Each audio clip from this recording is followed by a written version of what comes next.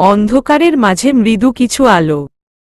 রুশোরাত্রি খুব সাবধানে একটা ড্রামের পেছনে গিয়ে দাঁড়াল। গোডাউনের এক কর্নারে গোল হয়ে বসে আছে চারজন মাস্তানবেশী লোক। গায়ের পোশাক উদ্ভট ধরনের। মোট কথায় তারা গুন্ডা এবং চরম পর্যায়ের নেশাখোর। নিজেদের মাঝে বর্তমানে হাহুতাশ করছে তারা। রুশো বেশ কৌশলে ফোনটা বের করে ভিডিও করা শুরু করল। অন্ধকারে ততটা ভালো দেখা না গেলেও তাদের কথাগুলো রেকর্ড হয়ে চলল। এখন আমাদের কি করতে লাগবে ভাই? যারা ম্যাডাম তো জব থেকে বাদ দিয়ে দিছিল, এখন আবার ডাকলো কেন? ম্যাম না এলে কিছুই নিশ্চিতভাবে বলা যাচ্ছে না রে মেহেদি।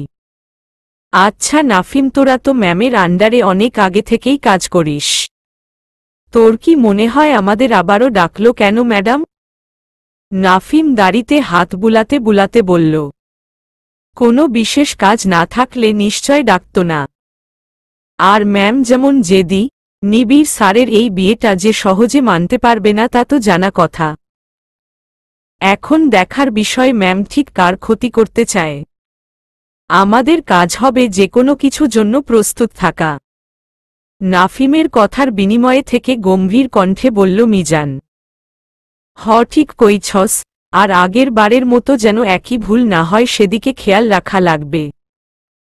তারপর বেশ কিছুক্ষণ নীরবতা চলল। রুশোর রেকর্ডার তখনও চালু।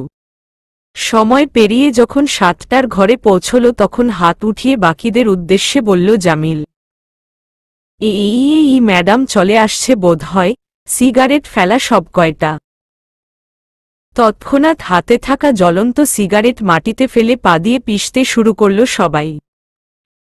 রুশোরাত্রি বুঝল যারা চলে এসেছে হয়তো, তাই নিজেদের অবস্থান থেকে আরেকটু গুটিয়ে নিল। আর যাই হোক, ধরা পড়া চলবে না।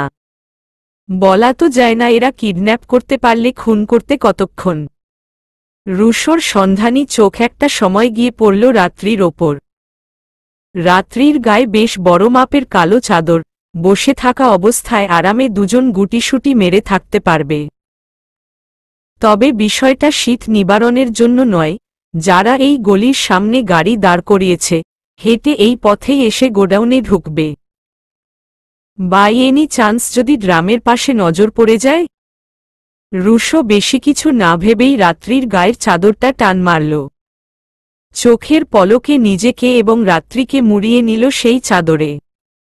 রাত্রি বিস্ফোরিত চোখে চেয়ে চেঁচিয়ে উঠতে নিয়েছিল সবে, তবে রুশো সেই সুযোগটা দিল না।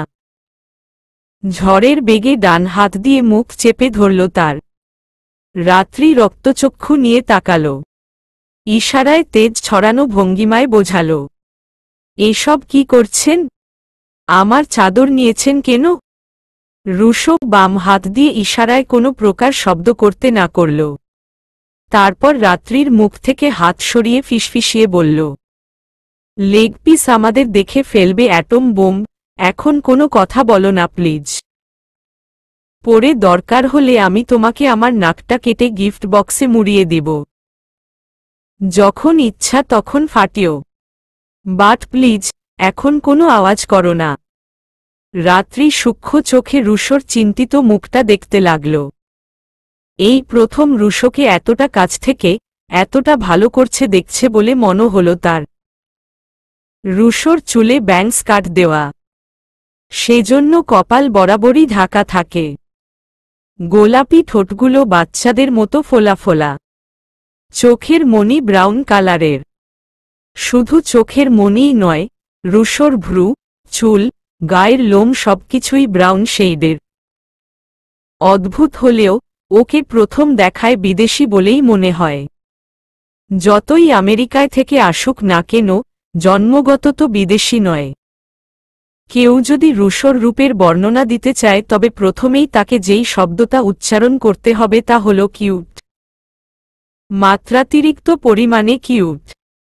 রুশো অগ্নির মতো সুদর্শন হলেও তাকে হ্যান্ডসাম বলার পূর্বে কিউট বলা অনেকটা অপরিহার্যর মতো। রাত্রি সূক্ষ্ম চোখ দুটো খুঁটিয়ে খুঁটিয়ে রুশোর চোখে মুখে ঘুরে বেড়াচ্ছিল। রাত্রিকে এভাবে ড্যাবড্যাব করে নিজের দিকে তাকিয়ে থাকতে দেখে বেশ অবাক হল রুশো। ভ্রু উঁচু করে ফিসফিসিয়ে জিজ্ঞেস করল, ও হ্যালো। ওমন হা করে, কি দেখছ অ্যাটম বোম? আবার নাকের সাইজ মাপামাপি করছো না তো? রাত্রি চট করে চোখ নামিয়ে নিল। আমতা আমতা করে বলল, কিছু না। রাত্রি হয়তো কথাটা বলার পর একটু নড়চড় করেছিল, যা আসার পথে অনেকটা সন্দেহের সৃষ্টি করল যারার মনে। যারা দেখল বড় পুরনো একটা ড্রামের পেছনে কালো চাদর দিয়ে ঢাকা আছে কিছু। বিশেষ কিছু নয়, এমন অনেক কাপড়চোপড় দিয়ে ঢেকে রাখা হয়েছে পুরনো জিনিসপত্র। কিন্তু যারার মনে হল চাদরের ভেতরটা নড়ে উঠল হঠাৎ। যারা মনে তীব্র সন্দেহ নিয়ে এক পা করে এগিয়ে যেতে লাগল। ধীর গলায় জিজ্ঞেস করল, কে কে ওখানে? যারা এই একটি মাত্র প্রশ্নে রুশোরাত্রি দুজনেরই প্রাণপাখি উড়ে যাওয়া অবস্থা। এই শেষ মুহূর্তে কোনো স্ট্রং প্রমাণ না পেয়েই কি তবে ধরা পড়তে হবে? রুশো চিন্তিত মন উত্তর দিল, এত ভয় পাস না রে হতভাগা। শ্বাসপ্রশ্বাস বন্ধ হবার আগ পর্যন্ত নিজেদের আড়াল রাখার চেষ্টা করে যা। তোকে পারতে হবে, তোর একমাত্র কলিজার বোনের সামনে যে বড় বিপদ আসতে চলেছে। রুশো মনস্থির করে পলক ঝাপটে রাত্রিকে শান্ত থাকতে বলল। তারপর কণ্ঠের চরম বিকৃতি ঘটিয়ে ডেকে উঠল, স্কুইক স্কুইক কুইক কুইক। যারা হাঁটা থামাল। দুধাপ পিছিয়ে গিয়ে নাক সিটকিয়ে বলল, ইয়াক। কি নোংরা! ইঁদুরগুলো আর আসার জায়গা পেল না। উফ। Just irritating. বিড়বিড় করে কথাগুলো বলেই গোডাউনে ঢুকল যারা। যারার পদধ্বনি সম্পূর্ণ বিলুপ্ত হবার পর আটকে রাখা শ্বাস ফেলে কপালে জমা ঘাম মুছল রাত্রি রুশো। রাত্রি অবাক চোখে রুশোর পানে তাকালো এবার। ফিসফিস করে বলে উঠল, আপনাকে আমি তবে ধলা ইন্দুর ডেকে ভুল কিছু করিনি। মানুষ কুকুর বিড়াল এসবের ডাক যদিও কপি করতে পারে তাই বলে ইঁদুর কিভাবে পারলেন আপনি? রুশো লম্বা করে দাঁত কেলিয়ে ভ্রু নাচাল। শাহরুখ খানের মতো ভাব মেরে কলার ঝাঁকিয়ে বলল, বুঝতে হবে, সবাই তো আর রুশো না। You know what, I have a lot of hidden talents. শেষ বাক্যটা বলার সময় কোনো কিছু না ভেবেই রাত্রির নাকে হাত দিয়ে টোকা মেরে ফেলেছিল রুশো। সচরাচর বোনকে কোনো মজার কথা বলার সময় যেমনটা করে ঠিক সেরকম ভাবেই। রুশো যখন বুঝল ভুল করে ভুল মানুষের নাকে টোকা মেরে বসেছে ঠিক তক্ষুনি দাঁত দিয়ে জিহ্ব কেটে বসল। মুখ কাচুমাচু করে বলল, সরি অ্যাটম বোম। আসলে ভুল করে হয়েছে, আর সরি বলতে হবে না। যেই কাজে এসেছেন সেই কাজে মন দিন। ওই জারকাটা থুককু যারা কি খিচুড়ি পাকাচ্ছে তা রেকর্ড করুন। রুশো রাত্রির চোখে এবার বিন্দুমাত্র রাগের ঝলকানি দেখতে না পেয়ে অনেকটা অবাক হল। তবে আনমনেই ঠোঁটে প্রাপ্তির হাসি ফুটে উঠল তার। রুশো সাবধানে চাদর থেকে মাথা বের করে ফোনের রেকর্ডার আবারও অন করল। যারার পরিকল্পনার পুরোটাই ফোনে তুলে রাখা বুদ্ধিমানের কাজ হবে, আর যাই হোক, এত অপরাধের পর নিশ্চয় তাকে ছাড় দেওয়া যায় না। নিবিড় আজকের যাবতীয় কাজ থেকে নিজেকে মুক্ত রাখতে চেয়েছিল। আজ একটা শোতে গেস্ট হিসেবে ডাকা হয়েছিল তাকে। নিবিড় ভেবেছিল যাবে, কিন্তু অনন্যাকে একলা ফেলে কোনোভাবেই কোথাও যাওয়াটা ঠিক হবে তার। নিবিড় মনস্থির করে কাল রাতেই ইনভাইটেশনটা ক্যান্সেল করে দিয়েছে। এরপরও সকাল সকাল কেন যে ফোনটা বেজে উঠল বুঝল না সে। সম্ভবত হোয়াটসঅ্যাপে মেসেজ এসেছে। নিবিড় পিটপিট করে চোখ খুলে দেখল অনন্যা এখনো বেঘোরে ঘুমিয়ে। ঠান্ডায় জ্বরসর হয়ে নিবিড়কে আঁকড়ে ধরে আছে সে। নিচের ঠোঁটটা ফুলিয়ে রেখেছে। গাল দুটোও বেশ ফোলা ফোলা লাগছে। নিবিড় খুবই সাবধানে ফোনটা হাতে নিল। খেয়াল রাখল যাতে ভুলক্রমেও অনন্যার ঘুম না ভেঙে যায়। যা ভেবেছিল তাই, হোয়াটসঅ্যাপ থেকেই মেসেজ এসেছে। নিবিড় বাম হাতে চোখ ঘষতে ঘষতে আবিষ্কার করল রুশো তাকে একটা ভিডিও পাঠিয়েছে এবং সাথে ছোট্ট একটা মেসেজ। এরপরেও যদি কোনো স্টেপ না নেওয়া হয় তবে শুধু ছুটকি না, এই দুভাইও সময়ের সাথে হারিয়ে যাবে ব্রো। হৃদপিণ্ড ছাড়া যেমন মানুষ বাঁচতে পারে না তেমনি আমাদের কলিজা, আমার বোন ছাড়াও আমরা বাঁচতে পারব না। আমার প্রুফ দরকার ছিল, আমি তা কালেক্ট করেছি, এখন বাকিটা তোমার ওপর। আই ট্রাস্ট ইউ, আমার বিশ্বাস তুমি একাই তোমার ওয়াইফকে প্রোটেক্ট করতে যথেষ্ট। নিবিড়ের কপালে ইতিমধ্যে ঘাম জমতে শুরু করেছে, সাথে ফুলে উঠতে শুরু করেছে কপালের রগ। নিবিড় হাত বাড়িয়ে ইয়ারফোনটা নিল, ভিডিওর কথাগুলো শুনতে গেলে অনন্যার ঘুম ভেঙে যাবে তাই। টানা 16 মিনিট পেরিয়ে যাবার পর নিবিড় আস্তে করে ফোনটা বেড টেবিলে রাখল। অনুভব করল এই শীতেও কান গরম হয়ে গেছে তার, চোখ দিয়েও ধোঁয়া বের হচ্ছে মনে হয়। নিবিড় জোরে জোরে শ্বাস টানতে লাগল। ঘুমন্ত অনন্যার শুভ্র মুখখানায় দৃষ্টি নিক্ষেপ করে দীর্ঘশ্বাস ফেলল। তার অশান্ত মন একনাগারে বলে চলল, এই মেয়েকে যে কোনো কিছুর বিনিময়ে নিজের করে রাখতে হবে আমার। তাতে যদি কারো প্রাণও নিত হয়, তবে তাতেও দুবার ভাবব না আমি। তারপর নিবিড়ের কি যেন হল। অনন্যার মাথাটা আলতো করে নিজের বুকে চেপে ধরল সে। অনন্যা বাচ্চাদের মতো গুটিয়ে এলো আরও। ঘুমের ঘোরেই বিড়বিড় করে বলল, সারাংশা, সারাং হেও। নিবিড় চমকাল। কোরিয়ান ল্যাঙ্গুয়েজ সম্পর্ক সীমিত জ্ঞান থাকলেও সারাংহেয় শব্দটার মিনিং তার জানা। অনন্যা কি তাকে সত্যিই আই লাভ ইউ বলল তবে? নাকি ঘুমের ঘরেই তখনকার মতো ভুলভাল বকল? নিবিড় ভ্রু কুঁচকে দেখল মেয়ে এখনো আগের মতোই ঘুমে বিভোর। তবে নিশ্চয় স্বপ্ন দেখছে। আচ্ছা, তখন স্বপ্নে না হয় কারো সাথে ঝগড়া করছিল বলে স্ল্যাং ইউজ করছিল, কিন্তু এখন স্বপ্নে কাকে ভালোবাসে বলছে ও? জানালার পর্দা ভেদ করে এক চিলতে রোদ যখন আমার চোখের ওপর পড়ল তার কিছু পরেই ঘুমের রেশ কাটিয়ে চোখ খুললাম আমি। আমার ঘোলাটে দৃষ্টি স্পষ্ট হওয়ার পর আফসোস হল, কেন যে চোখ দুটো খুলতে গিয়েছিলাম।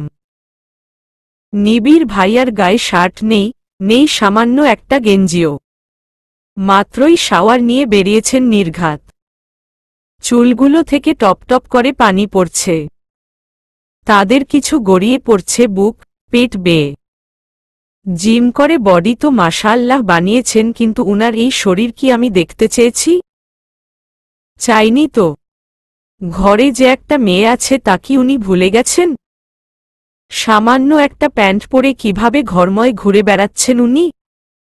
আমি দুচোখ বন্ধ করে চেঁচিয়ে উঠলাম, আপনি আমার সামনে থেকে সরুন, আমি ওয়াশরুমে যাব।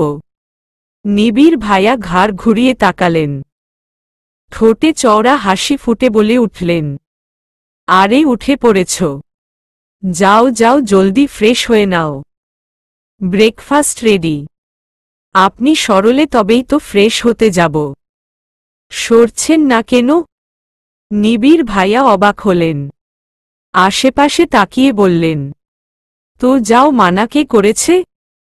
তাছাড়া ওয়াশরুম তো ওইদিকে। প্রবলেম কি? আমায় সরতে বলছো কেন? আমি এক চোখ খুলে উনার পজিশন দেখে নিলাম। মানুষটা এতক্ষণ বাঁকা হয়ে দাঁড়িয়েছিলেন। আমায় উঠতে দেখে সোজাসুজি টেবিলে হেলান দিয়ে দাঁড়িয়েছেন, যার কারণে উনার ফর্সা শরীরটা সরাসরি নজরে পড়ছে আমি আবারও চট করে চোখ বন্ধ করে নিলাম। উঁচু গলায় বললাম, আপনিই তো প্রবলেমের মূলে। এভাবে জামাকাপড় ছেড়ে সংসেজে দাঁড়িয়ে আছেন কেন? লজ্জা করছে না? ঘরে যে একজন মেয়ে আছে সেই হিসেব কি আছে আপনার? আমার কথাটা যেন উনার কানে মজার এক কৌতুক বলে ঠেকল। ফিক করে হেসে ফেলে বললেন উনি, like seriously? Oh come on Ananya, you are not like other girls, you are my wife. আর নিজের বউয়ের সামনে লজ্জা কিসের? তুমি চাইলে আমি বাকিটাও তোমায় বিনা দ্বিধায় দেখিয়ে দিতে পারি। কি দেখাবো? কথাটা বলেই নিজের প্যান্টের বেল্টে হাত রাখলেন উনি। আমি যদিও চোখ বুজেছিলাম তবু ডান চোখটা কিঞ্চিত খোলা রেখেছিলাম। এই মানুষটা এমন লজ্জার বোম ফুটানো মার্কা কাণ্ড যে ঘটাতে পারে তা ভাবিনি কোনোকালেই। আর এক মুহূর্ত উনার সামনে থাকা যাবে না বুঝেই এক দৌড়ে ওয়াশরুমে গিয়ে ঢুকে পড়লাম। দরজা লাগিয়ে ওখানেই পিঠ ঠেকিয়ে জোরে জোরে শ্বাস ফেলতে লাগলাম। এই মানুষটার বিশ্বাস নেই আমায় লজ্জা দিতে যে কোনো পর্যায়ে যেতে পারেন উনি। উফ, অসভ্য লোক একটা। আজকের ব্রেকফাস্ট টেবিলে সকলের সাথে খেতে বসে যেটুকু বুঝলাম তাতে মিস্টার সাদনান একজন অতিমাত্রায় রসিক স্বভাবের মানুষ। উনার সাথে স্রেফ কথা বলাটা শুরু করতে হয়, বাকিটা কিভাবে আগাতে হয়, অপর ব্যক্তিকে কিভাবে হাসাতে হয় তার সবটাই উনার জানা। স্ত্রীহীনা জীবনটাকেও কতটা গুছিয়ে নিয়েছেন উনি। যে বয়সে উনার স্ত্রী মারা গিয়েছে সে বয়সে অনায়াসেই আরেকটা বিয়ে করে নিতে পারতেন উনি। কিন্তু সমাজের আর 5টা মানুষের মতো উনি তা করেননি। নিজের ছেলেমেয়েকে নিয়েই জীবনটা অতিবাহিত করার পথে এগিয়েছেন। ছেলেমেয়ে দুটোকে মানুষের মতো মানুষ করে তুলেছেন। যেখানে আমার উনাকে খাবার সার্ভ করে দেওয়া উচিত সেখানে উনি আগ বাড়িয়ে আমায় খাবার উঠিয়ে দিয়েছেন। যেন ছেলের বউ নয়, নিজের মেয়েই বহু বছর বাদে বাবার বাড়িতে ফিরে এসেছে। আর নিত্য আপুই বা কম কিসে? যদিও ভাবি হিসেবে আমি আপুর ছোট তাই বলে কি কম সোহাগ করবে? মোটেই না। আমার তো মনে হয় আপুর ছোট বলেই বরং আদরের ভাগটা বেড়েছে। আমায় বাড়ির বউ নয়, মেয়ের মতো খাতির যত্ন করছে সবাই। ঈশ্বস! এখন নিজের ওপর ভীষণ রাগ লাগছে। বিয়ের দিন কত কিছুই না ভেবেছিলাম নিবিড় ভাইয়া আমার ওপর অত্যাচার চালাবেন, উনার বাবা আমায় মেনে নেবেন না, দুর্ব্যবহার করবেন। অথচ এখন দেখো আমার ধারণা একেবারেই উল্টো প্রমাণ হল। সেই সাথে আমি যে স্টুপিড হবার ওপর সার্টিফিকেট বিহীন পিএইচডি করে ফেলেছি এরও প্রমাণ পেলাম। নিবিড় ভাইয়া আসলেই ঠিক বলেন। আমি অতিমাত্রায় স্টুপিড বই কিছুই না। ব্রেকফাস্ট শেষে যখন সবাই নিজ নিজ ঘরে ফিরে গেল তখন হঠাৎ করে হন্তদন্ত হয়ে ঘরে ঢুকলেন নিবিড় ভাই। আমায় অনেকটা নির্দেশের মতো করেই বললেন রেডি হতে। কোনো এক বিশেষ কাজে বাহিরে যেতে হবে নাকি আমাদের। আমি প্রথম যাব কি যাব না এই নিয়ে আশঙ্কায় ছিলাম। তবে উনাকে দেখে এটুকু বুঝলাম কোনো অতিমাত্রায় দরকারি কাজ আছে বলেই আমায় যেতে বলছেন। আমি আর কথা বাড়ালাম না। আলমারি থেকে ব্লু কালারের কোটি সিস্টেম টপসটা পরে নিয়ে গলায় মাফলার জোড়ালাম। সাথে শীত নিবারণের তাগিদে পরে নিলাম কোট। গাড়িতে উঠার পর নিবিড় ভাইয়ার কপালে ভাঁজ দেখে খানিকটা খটকা লাগল। জিজ্ঞেস করলাম, আপনাকে এতটা চিন্তিত দেখাচ্ছে কেন? আমরা কোথায় যাচ্ছি একটু খোলাসা করে বলবেন প্লিজ? স্টিয়ারিং ঘোরাতে ঘোরাতেই জবাব দিলেন উনি। তা গেলেই বুঝতে পারবে। এখন আশকো করা বেকার। আমি ফুস করে শ্বাস ফেলে থম মেরে রইলাম। উনার পেটে এখন বোম মারলেও যে কথা বের হবে না বেশ বুঝলাম। গাড়ি গিয়ে থামল পুরনো এক বাংলোর সামনে। গাছগাছালিতে ভরপুর চারিপাশ। পরিচর্যার অভাবে অনেকটা ভুতুরে বাড়ির তকমা লাভ করেছে। কোনো হরর মুভির শুটিংয়ের জন্য আমার মনে হয় জায়গাটা পারফেক্ট হবে। আমি জিহ্ব দিয়ে ঠোঁট ভিজিয়ে নিয়ে নিবিড় ভাইয়ার পাশাপাশি গিয়ে দাঁড়ালাম। নিবিড় ভাইয়া হয়তো বুঝলেন জায়গাটায় অস্বস্তি লাগছে আমার, তাই আমার ডান হাতটা নিজের বা হাতের মুঠোয় নিয়ে এগোতে লাগলেন। বাংলোর ভেতরে প্রবেশ করার পর বেশ কিছু মাকড়সার জালের বেড়াজালে বাধা পড়তে হলো আমাদের। নিবিড় ভাইয়া আমায় নিজের সাথে শক্ত করে জড়িয়ে রেখে জালগুলো ছাড়ালেন। অভয় দিয়ে বললেন, ভয় পেও না, তোমার নিবিড় তোমার সাথে আছে। এই ধরনের ভয়ানক জায়গায় কি এমনি দরকার পড়ল নিবিড় ভাইয়া? উনি উত্তর দিলেন না। প্রশ্নটা এড়িয়ে গিয়ে বললেন, এই আমরা আমাদের গন্তব্যে চলে এসেছি। এসো, ঘরে এসো। আমি শুকনো ঢোক গিয়ে আধো অন্ধকার ঘরটায় প্রবেশ করলাম। ঘরটায় প্রবেশ করার পর যেই দৃশ্য আবিষ্কার করে চমকালাম তার বদলে স্বয়ং ভূত মহাশয়কে লুঙ্গি খুলে নাচতে দেখলেও হয়তো এতটা চমকাতাম না। জরিনা খালা ওরফে আরাহিনা যারা চেয়ারের সাথে বাঁধা অবস্থায়, চিৎকার যাতে করতে না পারে সেজন্য মুখের কাপড় গুজে দেওয়া। যারাকে এমন বিধ্বস্ত অবস্থায় দেখে নিবিড় ভাইয়ার হাত খামচে ধরলাম আমি। নিবিড় ভাইয়ার ভাবাবেগের কোনো পরিবর্তন হলো বলে মনে হল না। বেশ শান্ত চোখে চেয়েই বলে উঠলেন, তোমার জন্য সারপ্রাইজ। তারপর আমায় কোনো কিছু বলার অপেক্ষায় না রেখে চট করেই পকেট থেকে পিস্তল বের করলেন। আমি এবার আশ্চর্যের চরম সীমায় পৌঁছলাম। নিবিড় ভাইয়ার কাছে পিস্তল, মানে কি এসবের? উনার কাছে পিস্তল কোথা থেকে আসল? আর উনি এসব কি করছেন? নিবিড় ভাইয়া মৃদু হাসলেন। পিস্তলটা আমার হাতে ধরিয়ে দিয়ে শীতল গলায় বললেন, নো মোর ওয়ার্ডস, জাস্ট শুট হার। ভুল। এই ছোট্ট একটা শব্দ উচ্চারণ করা ভীষণ সহজ। এই পৃথিবীতে সর্বশ্রেষ্ঠ প্রাণী হলেও ভুল শব্দটা আমাদের জীবনের প্রতিটি পাতায় কোনো না কোনোভাবে জড়িত। দৈনন্দিন জীবনে যে কোনো সময়ই মানুষ ভুল করে। হয়তো কেউ ছোট ভুল করে, কেউ বা বড়। কেউ পদে পদে ভুল করে, কেউ বা হঠাৎ। তবে ভুলের মাপটা সকলের সমান হয় না। লাঠি দিয়ে সর্বশক্তি প্রয়োগ করে কাউকে পেটালেও দেখা যায় না, আবার সামান্য ট্রিগারে ভুলবশত চাপ লেগে গেলেই চলে যেতে পারে মূল্যবান কোনো প্রাণ। ইতি টানতে পারে শত স্বপ্নে ভরা জীবন। আমিও জীবনে কমবেশি অনেক ভুল করেছি। ভুলগুলো শোধরাবার চেষ্টাও করেছি, কিন্তু এবারের ভুলটা যে শোধরাবার মতো নয়। বন্দুকের তীব্র গতি সম্পন্ন গুলি কারো এপারোপার করার মতো ভুল নিশ্চয় শোধরানো যায় না। হ্যাঁ, এটা ঠিক, আমি ইচ্ছে করে ট্রিগারে চাপ দেইনি, কিন্তু চাপ দেওয়ার পর বেরিয়ে যাওয়া গুলিটাও তো ফেরাতে পারিনি। নিবিড় ভাইয়া আমার হাত চেপে ধরে রেখেছিলেন। অনেকটা জোরজবরদস্তি করেই শুট করতে বাধ্য করেছেন। আমার কানে এখনো যারার মৃত্যুসজ্জায় করা চিৎকার ভেসে উঠছে। মেয়েটা এতক্ষণে নিশ্চয় শেষ নিঃশ্বাস ত্যাগ করে ফেলেছে। আমার মতো মানুষের পক্ষে আর যাই হোক রক্তাক্ত কোনো দেহ দেখবার সাহস নেই, তাও যদি হয় ভুলবশত নিজের হাতে করা খুন। বন্দুক থেকে এখনো ধোঁয়া বের হচ্ছে। আমি সেই বন্দুক ফেলে দিয়ে ধপ করে মাটিতে বসে পড়লাম। সাথে দুহাতে চেপে ধরলাম কান। চোখ বুজেই রেখেছিলাম। খুলে দেখবার সাহস কোনো কালেই ছিল না। গুলি করার পর বেশ কিছুক্ষণ নীরবতা চলল। নিস্তব্ধতায় মোড়ানো বাংলোটায় গুলির আওয়াজের পাশাপাশি জারার ফুপিয়ে ছাড়া চিৎকারও মিয়ে এলো।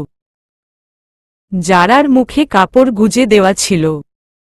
আমি ভাবছি, যদি কাপড় গুজে দেওয়া না থাকত তবে কতটা তীব্র হতো সেই আওয়াজ। নিজের থরথর করে কাঁপতে থাকা হাত দুটো কান থেকে সরিয়ে কোলের ওপর রাখলাম আমি।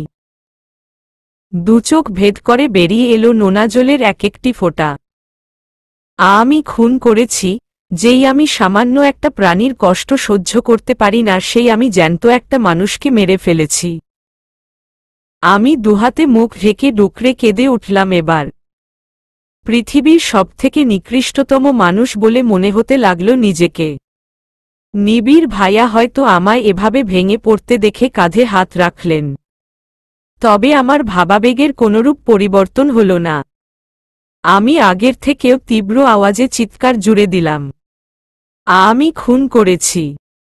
আমি মেরে ফেলেছি জারাকে। আমি পাপী। আমি একটা জীবনকে নিজের হাতে শেষ করে ফেলেছি। আমি একজন খুনি। নিবিড় ভাইয়া এবার আমার পাশে হাঁটু গেড়ে বসলেন। আমায় নিজের কাছে টেনে নিয়ে মাথাটা বুকের সাথে চেপে ধরলেন।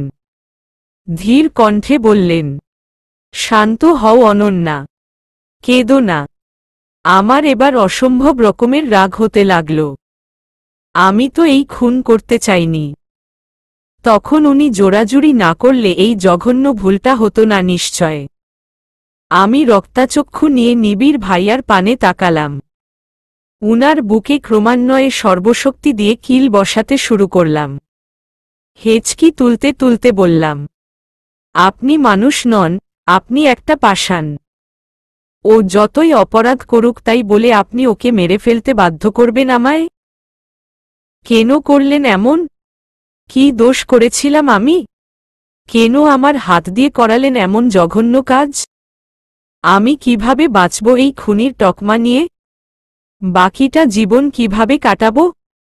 কেউ আমাকে মাফ করুক আর না করুক, আমি নিজেকে কিভাবে মাফ করব? বলুন, কি হলো, চুপ করে আছেন কেন? বলুন। হেঁচকি তুলতে তুলতে কথাগুলো বলে নিয়ে আবারও কাঁদতে লাগলাম। কাঁদতে কাঁদতে কখন যে উনার বুকে ঢলে পড়লাম বুঝতে পারলাম না। নিবিড় ভাইয়া আমার দুবার চেপে ধরে নিজের মুখোমুখি বসালেন। চোখে মুখে কাঠিন্য ভাব ফুটিয়ে বললেন, এই মেয়ে, তোমায় কাঁদতে বারণ করেছি না আমি? যারার মতো একটা হার্টলেস পার্সনের জন্য তুমি নিজের মূল্যবান চোখের জল ফেলছ কোনো সাহসে? তার মানে আপনি বলতে চাইছেন আমি হাসব, উল্লাস করব, একটা প্রাণকে পৃথিবী থেকে সরিয়ে নিজে আনন্দ করব? না, আনন্দ নয়, আফসোস করবে। কারণ খুনটা তুমি করনি। আমি ফ্যালফ্যাল করে তাকালাম।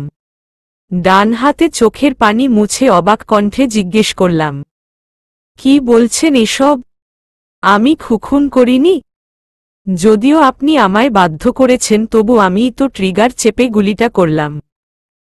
এরপরও বলছেন আমি খুন করিনি? নিবিড় ভাইয়া জবাব দিলেন না। হাতের ইশারায় সামনের দিকে তাকাতে বললেন আমায়। আমি ভয়ার্ত চোখে চেয়ারে লুটিয়ে পড়া যারার অচেতন দেহটার পানে তাকালাম। অদ্ভুত, বুক বরাবর গুলি করার পরও রক্তের ছিটে ফোঁটা নেই। দুচোখ বুজে মাথাটা কাত করে রেখেছে, কোনো নড়চড়ও নেই। নিবিড় ভাইয়া আমায় প্রশ্নবিদ্ধ চোখে তাকিয়ে থাকতে দেখে মৃদু হাসলেন। খানিকটা চেপে এসে গম্ভীর গলায় বলতে লাগলেন, গুলিটা ওর কোনো ক্ষতি করতে পারেনি অনন্যা। ওর গায়ে বুলেট প্রুফ জ্যাকেট পরিয়ে দেওয়া হয়েছিল। ও সেটা জানত না, গুলির আওয়াজে ভয় পেয়ে জ্ঞান হারিয়েছে স্রেফ। তাহলে এসবের মানে কি? নিবিড় ভাইয়া দীর্ঘশ্বাস ছাড়লেন। উনার সেই ভারী শ্বাসের শব্দ নীরবতা কাটিয়ে আবারও বিলীন হল। আমি উত্তরের আশায় চেয়ে থাকার মাঝেই জবাব দিলেন উনি, শুধু ওকে মৃত্যুর সামনে দাঁড়িয়ে থাকার অনুভূতিটা বোঝাতে এমনটা করেছি আমি। তবে ভেবো না শাস্তি এখানেই শেষ। আমি চাইলেই ওকে এই দুনিয়া থেকে সারা জীবনের জন্য ওপারে পাঠাতে পারতাম। ভেবেছিলামও তাই। আফটার অল তোমায় কিডন্যাপ করে মেরে ফেলার প্ল্যান করেছিল ও। সাদমান শাহরিয়ার নিবিড়ের কলিজায় হাত দিতে চেয়েছিল। ওর জন্য মৃত্যুর থেকে উত্তম কোনো শাস্তি হতে পারে না। কিন্তু ওকে মেরে ফেলে যদি আমার কলিজাকে হারিয়ে ফেলতে হয় তবে ওকে মেরে লাভ কি? আমি জানি অনন্যা, আজ আমি যদি ওকে শ্যুট করতাম তুমি কখনোই আমায় মেনে নিতে না। তোমার মতো একজন কাইন্ড পারসন আর যাই হোক, কোনো খুনির সাথে সংসার করতে চাইতো না। আমি তোমায় যতই ভালোবাসি না কেন, তুমি ভালোবাসাটা উপলব্ধি করার পূর্বে আমার ভয়ানক রূপটা দেখে ভয় নিজেকে গুটিয়ে নিতে, আমায় ছেড়ে চলে যেতে। হ্যাঁ, এটা ঠিক, আমি চাইলেই তোমাকে জোর করে নিজের জীবন রাখতে পারতাম, কিন্তু আমি চাই না আমার অনন্যা আমায় জোর করে ভালোবাসার অভিনয় করুক। আমি চাই সে আমাকে নিজ থেকে ভালোবাসুক, ভালোবেসে আমার জীবনে সবটা জুড়ে থাকুক। আমার চোখ দুটো ভরে এলো আবারও, তবে দুঃখের জলে নয়, নিবিড় ভাইয়ার প্রতি অগাধ শ্রদ্ধাবোধ থেকে। আমি আবারও মানুষটাকে চিনতে ভুল করেছিলাম। ছি। ভুল বুঝে উনাকে কত বাজেভাবে কথাও শুনিয়েছি, উনি কি কষ্ট পেয়েছেন খুব? নিবিড় ভাইয়া আমার ফ্যাকাশে মুখের দিকে তাকিয়ে শুকনো হাসলেন। আমার চোখের আবারও জল দেখে নিজের হাতের উল্টো পিঠ দিয়ে সযত্নে তা মুখে দিলেন। বন্দুকটা মেঝে থেকে হাতে তুলে নিয়ে বললেন, এবার কাঁদলে কিন্তু এই বন্দুকটা দিয়ে তোমাকে শুট করে দিব। আমি চট করেই মাথা ঝাড়া দিয়ে নাক টানলাম। জিহ্ব দিয়ে ঠোঁট ভিজিয়ে নিয়ে বললাম, এখন ওর কি করবেন? জ্ঞান ফেরাতে হবে তো। নিবিড় ভাইয়া আমায় ধরে দাঁড় করালেন। পলক ফেলে চিন্তা করতে বারণ করে উঁচু গলায় হাঁক ছাড়লেন, অফিসার, আমার কাজ হয়ে গেছে, আপনারা এখন ভেতরে আসতে পারেন। নিবিড় ভাইয়া ডেকে উঠবার কয়েক মুহূর্তের মধ্যেই গটগট শব্দে ধাপ ফেলে ঘরে এলো পুলিশ ফোর্স। এসিপি স্যার এসেই লেডি কনস্টেবলদের ইশারায় জারার হুঁশ ফেরাতে বললেন। তারাও তড়িঘড়ি করে এসে জারার চোখে মুখে পানির ছিটা দিতে লাগলেন। খুব বেশি সময় নিল না। খানিক বাদের জ্ঞান ফিরল অচেতন জারার। তারপর জারার ফুটবল শরীর বাঁধন থেকে মুক্ত করা হল। মেয়েটা তখনও ঘোলাটে চোখে তাকিয়ে বোঝার চেষ্টা চালাচ্ছিল আসলে ঠিক কি হচ্ছে তার সাথে। সে যখন বুঝল সে মারা যায়নি তখনই চোখ দুটো চকচক করে উঠল তার। যারা অবাক হয়ে তাকালো আমাদের পানে। আমি চোখের পলক ফেলে অভয় দিলাম।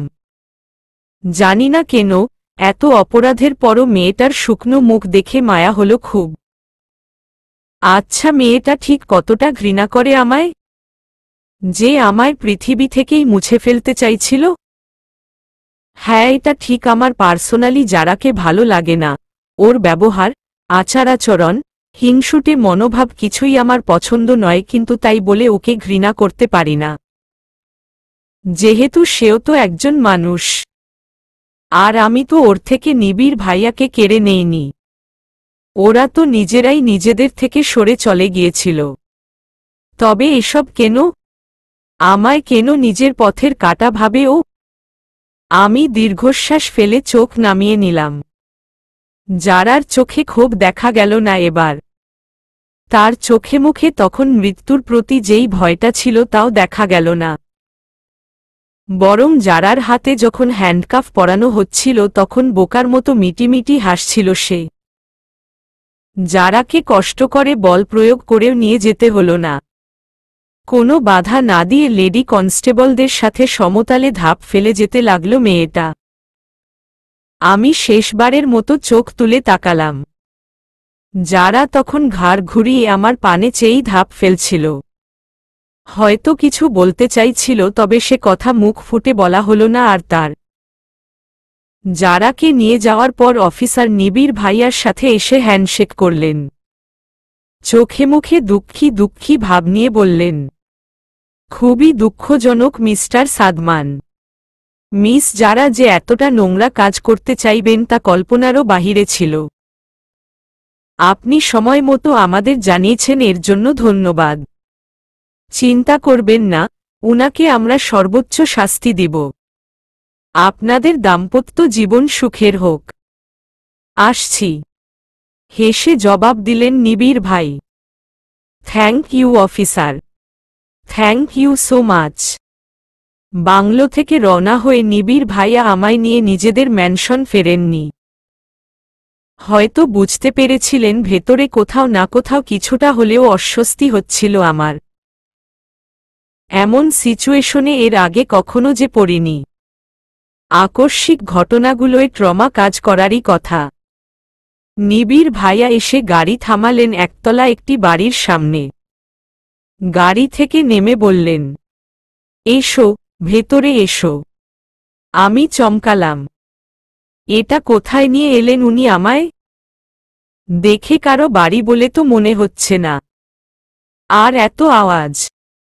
আমি বিস্ময় নিয়ে উনার পাশাপাশি হাঁটতে লাগলাম। জিজ্ঞেস করলাম, এটা কোথায় নিয়ে এলেন আমায়? সে ভেতরে গেলেই বুঝতে পারবে। আমিও আর কথা বাড়ালাম না। মনে একগাদা প্রশ্নের ঝুড়ি নিয়েই ভেতরে যাওয়ার জন্য ধাপ ফেললাম। আমার বিস্ময় তখন আকাশ ছুল যখন আবিষ্কার করলাম এটা একটা ফার্ম, তাও যেনতেন ফার্ম নয়। এটা এক মস্ত বড় ক্যাট ফার্ম। আমি ফুটবলের ন্যায় চোখ করে উনার দিকে তাকালাম।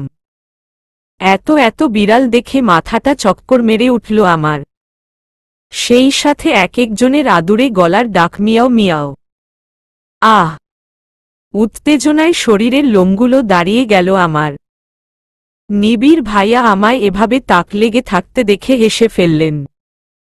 চোখের সামনে তুড়ি বাজিয়ে বললেন, এত অবাক হওয়ার কিছু নেই। আপনার আত্মার শান্তির জন্যই বেশ কিছু দিন আগে বাড়িটা কিনে ক্যাট ফার্ম বানিয়েছি আমি। এখানে রাস্তা থেকে বিড়ালদের রেস্কিউ করে আনা হয়। ফার্মে কর্মরত লোকেরা ওদের সেবা যত্ন, খাওয়া দাওয়া সবকিছুর দেখভাল করেন। আরেকটা ফার্মের কাজ চলছে, সেটা হবে কুকুরদের জন্য।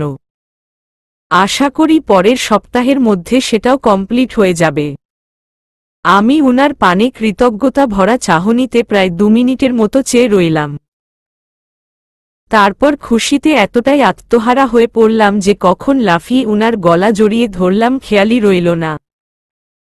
আমি খুশিতে উনার গলা ধরে ঝুলতে ঝুলতে বলে চললাম, thank you, thank you, thank you, thank you so much. আপনাকে আমি থ্যাংক ইউ এর একটা বাড়ি বানিয়ে দিব। সেই বাড়িতে আপনার উঠতে বসতে থ্যাংক ইউ দেওয়া হবে। থ্যাংক ইউ এর খাবার, থ্যাংক ইউ এর আসবাবপত্র, থ্যাংক ইউ এর জামা কাপড়, এক কথায় সব সব সব থ্যাংক ইউ এর হবে। আর আপনার নাম হবে মিস্টার থ্যাংক ইউ শাহরিয়ার নিবিড়। এ কথা বলেই উনাকে ছেড়ে দিয়ে মিউ মিউ করতে থাকা বিড়ালগুলোর ভিড়ের মাঝে হারালাম আমি।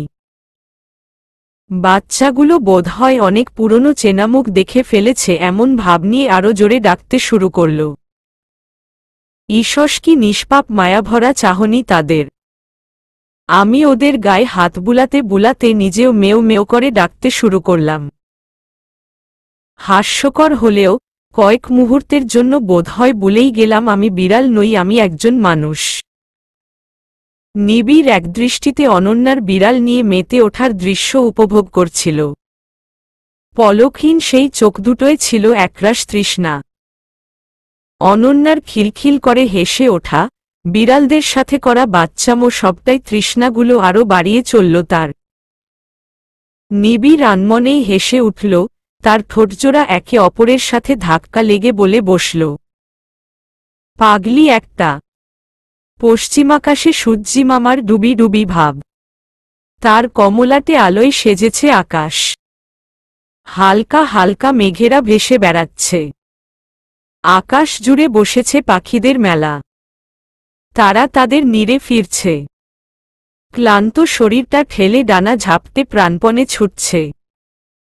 আমাদের বাঙালি মায়েদের মতো যেন তাদের বাড়ি থেকেও বলা হয়েছে, যেখানে যাচ্ছিস যা, সন্ধ্যার আগে বাসায় ফিরে আসবি।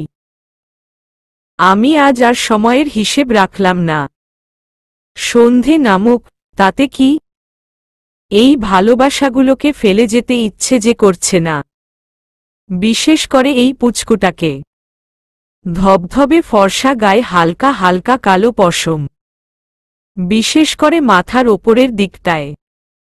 আমার কাছে ওর চেহারার ধরন দেখে বেশ পরিচিত বলে ঠেকেছে। যেন কোনো না কোনোভাবে বিল্লুটা নিবিড় ভাইয়ারই প্রতিচ্ছবি। মনে হচ্ছে দুধেয়ালতা শরীরে মাথা ভর্তি সিল্কি কালো চুল। ওর স্বভাবটা বাকিদের থেকে বেশ ভিন্ন। কোল থেকে নামালেই যেন ধ্বংস হয়ে যাবে পৃথিবী, কিছুটা এমন ভাবভঙ্গি। ওর সাথে আর না পেরে বাকিদের স্রেফ হাত বুলিয়ে আদর করেই চুপচাপ বসে থাকতে হচ্ছে আমায়। বাচ্চাটা কোলের মধ্যে সে কি আরামের ঘুম দিয়েছে। বাবুটার মাও বেশ আদুরে। কি সুন্দর ছেলেটাকে চোখে চোখে রাখার জন্য আমায় ঘিরে ঘিরে থাকছে। আমি বিড়ালদের মাঝে হারিয়ে খিলখিল করে হাসছি। হাসতে হাসতে চোখ থেকে 2 ফোঁটা পানিও পড়ে যাচ্ছে। তবে তার হিসেব রাখছি না মোটেই। সময় কতটা পেরিয়েছে জানা নেই। নিবিড় ভাইয়া যখন আমার পাশে এসে হাঁটুতে ভর রেখে বসলেন তখন গিয়ে মনোযোগের কিছু অংশ উনাতে আবদ্ধ করলাম আমি। নিবিড় ভাইয়া ঠোঁটের কোণ প্রসারিত করে হাসলেন। জিজ্ঞেস করলেন, কেমন লাগলো ম্যাডামের সারপ্রাইজটা? আমি আমার সবকটা দাঁত বের করে হাসলাম। আহ্লাদি গলায় বললাম, চমৎকার, এর থেকে ভালো কোনো সারপ্রাইজ হতে পারে না। নিবিড় ভাইয়া প্রাপ্তির হাসি হাসলেন। তারপর খানিকটা চেপে এসে গলার স্বর পরিবর্তন করে ডেকে উঠলেন, অনন্যা। পুচকুটার সাথে খেলতে খেলতেই জবাব দিলাম, হুম। তুমি তো তখন কোনো রিয়াকশন দেখালে না। অন্যমনস্ক থেকেই জবাব দিলাম, কখন? তখন? তখন কখন? কিছু বিশেষ বলেছিলেন বুঝি? কথাটা বলেই ঠোঁট উল্টে উনার পানে তাকালাম আমি। উনার মুখটা অনেকটা অন্ধকার দেখালো। কারো কাছ থেকে কাঙ্ক্ষিত উত্তর না পেলে যেমনটা মুখ কালো হয়ে যায় ঠিক সেরকম। নিবিড় ভাইয়া তবু হাল ছাড়লেন না। একফালি আশা নিয়ে ফের জিজ্ঞেস করলেন, বাংলোতে যখন তোমায় যারা মার্ডার হয়নি এই নিয়ে এক্সপ্লেইন করছিলাম তখন? আমি চোখ এদিক ওদিক ঘুরিয়ে খানিকটা ভাবার চেষ্টা করলাম। তেমন বিশেষ কিছু মনে না পড়ায় বললাম, আসলে আমি তখন আপনার সব কথা মন দিয়ে শুনিনি। যারা যে আসলে মারা গিয়েছি কি জানি ওই বিষয়টাই মাথায় ঘুরছিল। যখন সবটা ক্লিয়ার করে বলছিলেন তার প্রথম কথাগুলো শুনেছি। তারপর আপনার কিসব কলিজা পাকস্থলী এসব নিয়ে কথা বলছিলেন, ততটা মনোযোগ দেইনি। নিবিড় ভাইয়ার এবারের মুখটা দেখার মতো ছিল। অনেকটা তাজ্জব বনে গিয়ে বেশ কিছুক্ষণ রিয়াকশন ছাড়া চেয়ে রইলেন উনি। এক কথায় যাকে বলে ব্ল্যাঙ্ক ফেস। আমি ভাববার চেষ্টা চালালাম আবারও, বেশ ভালো ভালো কথাই বলছিলেন। আমায় হারাতে চান না এ ধরনের কিছু হয়তো, কিন্তু এতে এত ভাবাভাবির কি আছে বুঝলাম। কোনো স্বামী বিধবাথুকু বউ হারা হতে চায় না। সেই হিসেবে আমায় হারাবার ভয় করা আহামরি কিছু নয়। আমি ঠোঁট উল্টে পাল্টা জিজ্ঞেস করলাম, আচ্ছা আপনি কি কোনো বিশেষ কিছু বলেছিলেন? এমন হুতুম পেঁচার মতো মুখ বানিয়ে রেখেছেন কেন? তখন হয়তো মন দেইনি। এখন বলুন। নিবিড় ভাইয়া লম্বা করে শ্বাস ফেললেন। বসা থেকে উঠে দাঁড়িয়ে গলাটা ঝেড়ে নিয়ে বললেন, শোনোনি যখন না শোনাই থাক। এসো, বাড়ি ফিরতে হবে। অন্যদিন নিয়ে আসব কখনো। আমি ঠোঁট বাঁকিয়ে সাদা বিল্লুটাকে কোল থেকে নামালাম। সে বিরক্ত গলায় মেয়াও করে উঠলেও আর কোলে রাখা হলো না। মা বিড়ালটা বাবুটাকে পেয়ে গা চেটে দিতে লাগল। আহা আদর! মায়েদের ভালোবাসা প্রতিটি প্রাণীর মাঝেই অনন্য, হোক সে মানুষ কিংবা হোক সে পশু। কি জানি আমার ট্যানিটাই বা কেমন আছে। আমায় নিশ্চয় ভীষণ মিস করছে। ধ্যাত। ওর জন্য হলেও ও বাড়িতে যেতে হবে মনে হচ্ছে। আম্মু আব্বুটাও যে কেন আরেকটু মন গলাতে ডাকছে না কে জানে। অভিমান করাটা বোধহয় বেজায় বিফলে গেল। নিবিড়রা বাসায় ফিরেই সর্বপ্রথম ফ্রেশ হয়ে নিল। অনন্যার শরীরটা ভীষণ ক্লান্ত ছিল। নিবিড় বলেছিল আগে খেয়ে নিতে কিন্তু রাজি করাতে পারেনি। ঘুমু ঘুমু চোখ নিয়েই খাবারের ঊর্ধ্বে আজ বিছানাটাকে ভালোবেসেছে মেয়েটা। নিবিড়ও আর আগ বাড়িয়ে ডাকেনি। থাক, ঘুমোক বরং কিছুক্ষণ। ঘুমোলে শরীরটা নিজ থেকেই ক্লান্তি দূর করবে। খেয়ে চোখের ঘুম উড়িয়ে দেওয়ার থেকে ঘুম থেকে উঠে রিফ্রেশ মাইন্ডে ডিনার সারা নিশ্চয় বুদ্ধিমানের কাজ হবে। নিবিড় পলক ফেলে একবার ঘুমন্ত অনন্যার পানে তাকাল। কম্বল খামচে ধরে ঘুমিয়ে আছে মেয়েটা। না না, মেয়ে নয়, বাচ্চাটা। নিবিড়ের কাছে মনে হয় অনন্যা শুধু লম্বায় বেড়েছে, বুদ্ধিতে বা চেহারায় এখনো সেই পুচকু বাচ্চাটাই রয়ে গেছে। নিবিড় ছোট্ট করে শ্বাস ফেলে কম্বলটা টেনে আরও একটু ভালো করে অনন্যাকে ঢেকে দিল। কোনো জরুরি কাজে ফোনটা হাতে নিতেই দরজায় টোকা পড়ল। জ্যাকিকে কোলে নিয়ে দাঁড়িয়ে থাকা বোনের ওপর নজর পড়তেই নিবিড়ের হাসির রেখে দীর্ঘ হল। ধাপ ফেলে এগিয়ে গিয়ে বোনের চুলগুলো এলোমেলো করে দিয়ে বলল, কিরে হঠাৎ ভাইয়ের ঘরে? কিছু বলবি? নিত্য জ্যাকিকে কোল থেকে নামিয়ে জবাবে অনেকটা আমতা আমতা করে বলতে লাগল, হ্যাঁ মানে না মানে, আসলে। নিবিড়ের চোখের দৃষ্টি সরু হল। সূক্ষ্ম চোখে নিত্যর আগাগোড়া পর্যবেক্ষণ করে নিয়ে সন্দেহী গলায় জিজ্ঞেস করল, তোর ব্যাপার স্যাপার কি বলতো? আজকাল কথায় কথায় তোতলাস কেন? যে নিত্য ডিবেট করে প্রাইজের বন্যা বইয়ে দেয় সে কিনা সামান্য কথা বলতে আটকিয়ে যাচ্ছে। স্ট্রেইয়ঞ্জ। আরে ভাইয়া, তেমন জরুরি কিছু নয়, এমনিতেই তোদের দেখতে এসেছিলাম। অনন্যা কি ঘুমিয়ে গেছে? নিবিড় ঘাড় ঘুরিয়ে ঘুমন্ত অনন্যার পানে তাকাল। মেয়েটা গভীর ঘুমে তলিয়ে রয়েছে, ঠোঁটটা থেকে থেকেই নড়ছে। বুঝতে বাকি নেই আজও ভুলভাল বিড়বিড় করছে। হ্যাঁ, ঘুমিয়েছে। এখন কোনো বনিতা না করে যা বলতে এসেছিস তা চটপট বলে ফেলে ফট করে বেরিয়ে যা। Hurry up. নিত্য ঘাড় বাঁকিয়ে ঘুরিয়ে উকি মেরে বলল, আহা, এমন করছিস কেন? ঘরে তো অন্তত ঢুকতে দিবি। কোনো গোপন খাজানা লুকিয়ে টুকিয়ে রেখেছিস নাকি? নিবিড় হেসে দরজা থেকে সরে ভেতরে হাঁটা ধরল। নিবিড়ের পিছু পিছু ছুট লাগাল নিত্য। নখ খোটাতে খোটাতে বলল, আচ্ছা ভাইয়া, তুই না সেদিন বাবাকে বলেছিলি আমার জন্য একজন বিসিএস ক্যাডারের বিয়ের প্রস্তাব এসেছে? ব্যস্ত নিবিড় ফোনে স্ক্রোল করতে করতে ভ্রু কুঁচকে উত্তর দিল, হুম তো। ছেলে পছন্দ হয়নি তাই ক্যান্সেল করে দিয়েছি। আর বড়দের কথাবার্তা আড়ি পেতে শুনিস, লজ্জা করে না? আহা ভাইয়া, রাগ করছিস কেন? পাশ দিয়ে যাচ্ছিলাম, কানে এসেছি তাই শুনে ফেলেছি। তাছাড়া আমার বিয়ের কথা আমি শুনলে কি পাপ হবে? উহুম, পাপ হবে না। কিন্তু তোকে এটা কে বলল যে তোর বিয়ের ব্যাপারে ডিসকাশন শুরু করেছি আমরা? নিত্য বোকা বোকা মুখ করে প্রশ্ন ছুড়ল।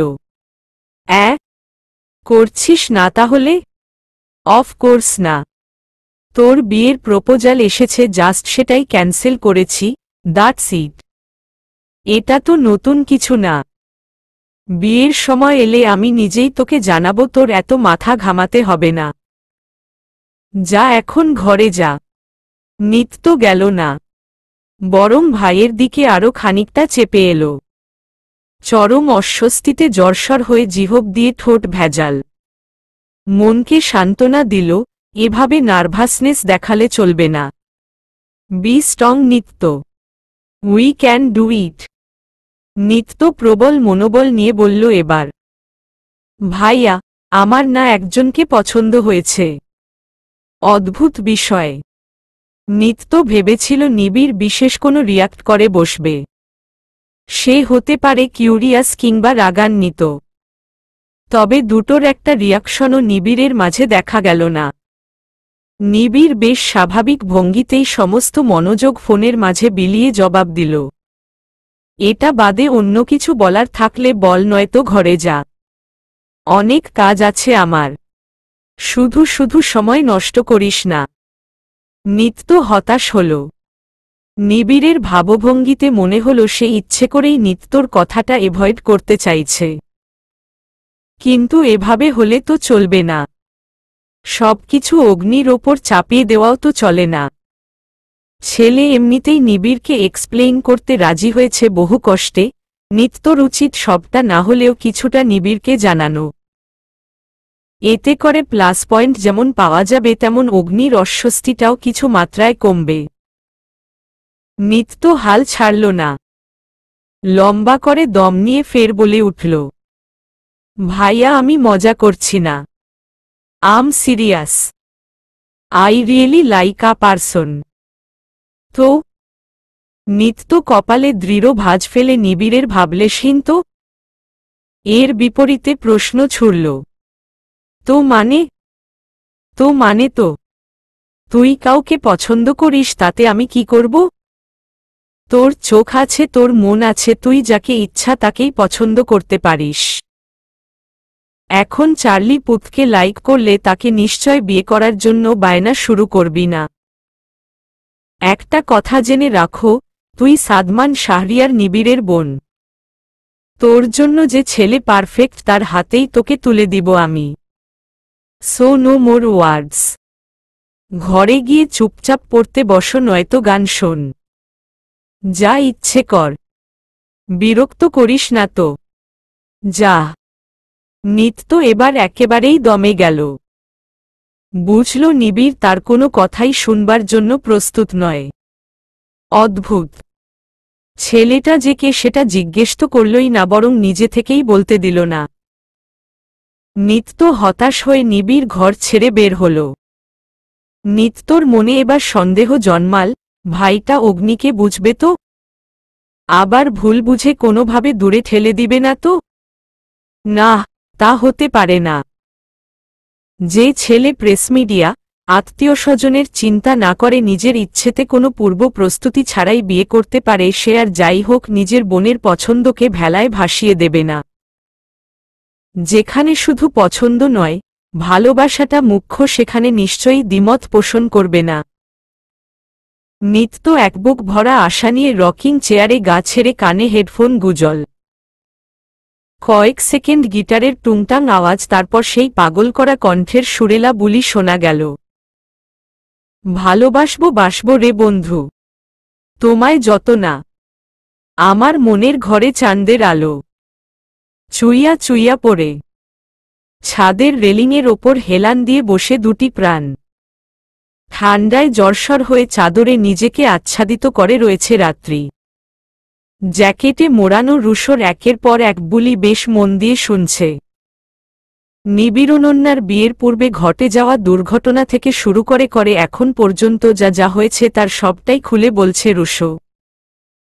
রাত্রি আলাদা করে আর অনন্যার কাছে যায়নি আজ।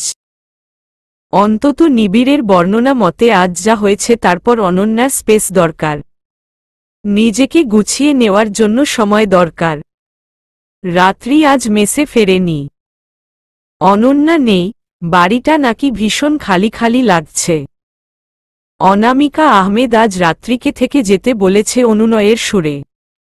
রাত্রি অনামিকার স্বচ্ছ চোখ দুটোর দিকে তাকিয়ে না করতে পারেনি। অনামিকার চোখে রাত্রি দেখেছিল একরাশ মায়া, মমত্ববোধ। সে বহুদিন রাত্রি নিজের পরিবারের লোকগুলোর মুখ দেখে না।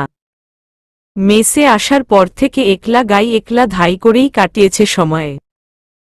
অনন্যার খাতিরে বন্ধুসুলভ এই পরিবারের এক বিশেষ জায়গায় স্থান পেয়েছে বলে নিজেকে ধন্য মনে করে সে। রুশো সবটা খুলে বলে ঠোঁট উল্টাল। রাত্রির পানে তাকিয়ে আবিষ্কার করল মেয়েটা পলকহীন তার পানে চেয়ে। রুশোর মনে হঠাৎ করেই দুষ্টু বুদ্ধি এলো। পকেটে থাকা রাবারের সাপটা কৌশলে বের করে চট করেও রাত্রির কোলের ওপর ফেলল সে। প্রথম দফায় কোলের ওপর কিছু একটা পোড়ায় চমকে উঠল রাত্রি। তারপর নজর সরিয়ে সামান্য একটা রাবারের সাপ আবিষ্কার করে ভ্রু কুচকাল। সাপটা হাতে ধরে নাচাতে শুরু করে বলল, সো মিস্টার প্রাঙ্ক কিং, আপনার প্রাঙ্ক করার পূর্বে জেনে রাখা উচিত ছিল আপনি ঠিক কার সাথে প্রাঙ্ক করছেন। রুশো হতাশ হয়ে সাপটা কেড়ে নিয়ে পকেটে ঢুকাল।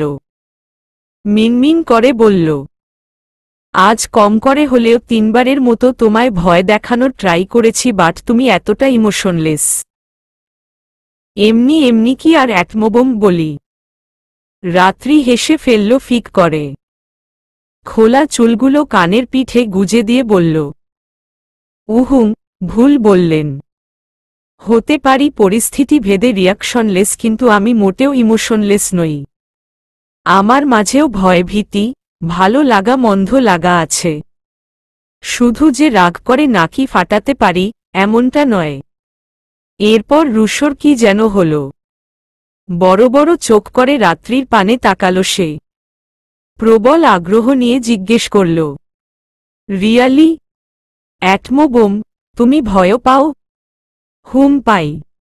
রুশো পূর্বের তুলনায় দ্বিগুণ উৎসাহ নিয়ে প্রশ্ন ছুড়ল। কিসে ভয় পাও তুমি?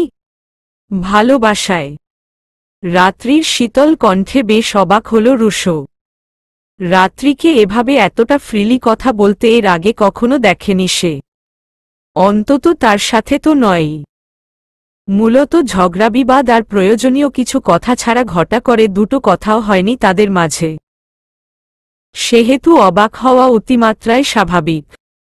রুশো বিস্ময় নিয়ে আবারও জিজ্ঞেস করল, মানুষ তো ভালোবাসা চায়, তুমি তা ভয় কেন পাও অ্যাটম বোম? রাত্রি এবার সরাসরি রুশোর চোখের দিকে তাকাল। শীতল গলায় বলল, ভালোবেসে ফেললে হারিয়ে ফেলার ভয় থাকে যে। রুশো গোলগাল চোখ করে রাত্রি মুখভঙ্গি পর্যবেক্ষণ করতে লাগল। রাত্রির চোখে আজ অন্যরকম কিছুর অস্তিত্ব আবিষ্কার করছে সে। যে চোখে বিরক্তির ভাব জ্বলজ্বল করত আজ সেই চোখের নিজের প্রতিবিম্বটাকে দেখে অন্যরকম লাগছে। প্রতিবিম্ব তো যে কারো চোখ তাকালেই দেখা যায়, কিন্তু এই চোখের ভাষা ভিন্ন। রুশো চেনে না এই চোখ, এই ভাষা। রুশোর অশান্ত মন একের পর এক প্রশ্ন ছুঁড়ে মারে। তবে উত্তর সেই বরাবরের মতো শূন্যই মেলে। রুশো ভাবনার মাঝে অনুভব করল তার পায়ে কিছু একটা নড়চড় করছে অন্ধকারে। ছাদের কর্নারের বাল্বের মৃদু আলোয় কতটুকু বুঝল জানা নেই, তবে এ যে ভালো কিছু নয় তা বেশ বুঝল সে। রুশো চট করে রেলিং থেকে নেমে পড়ল।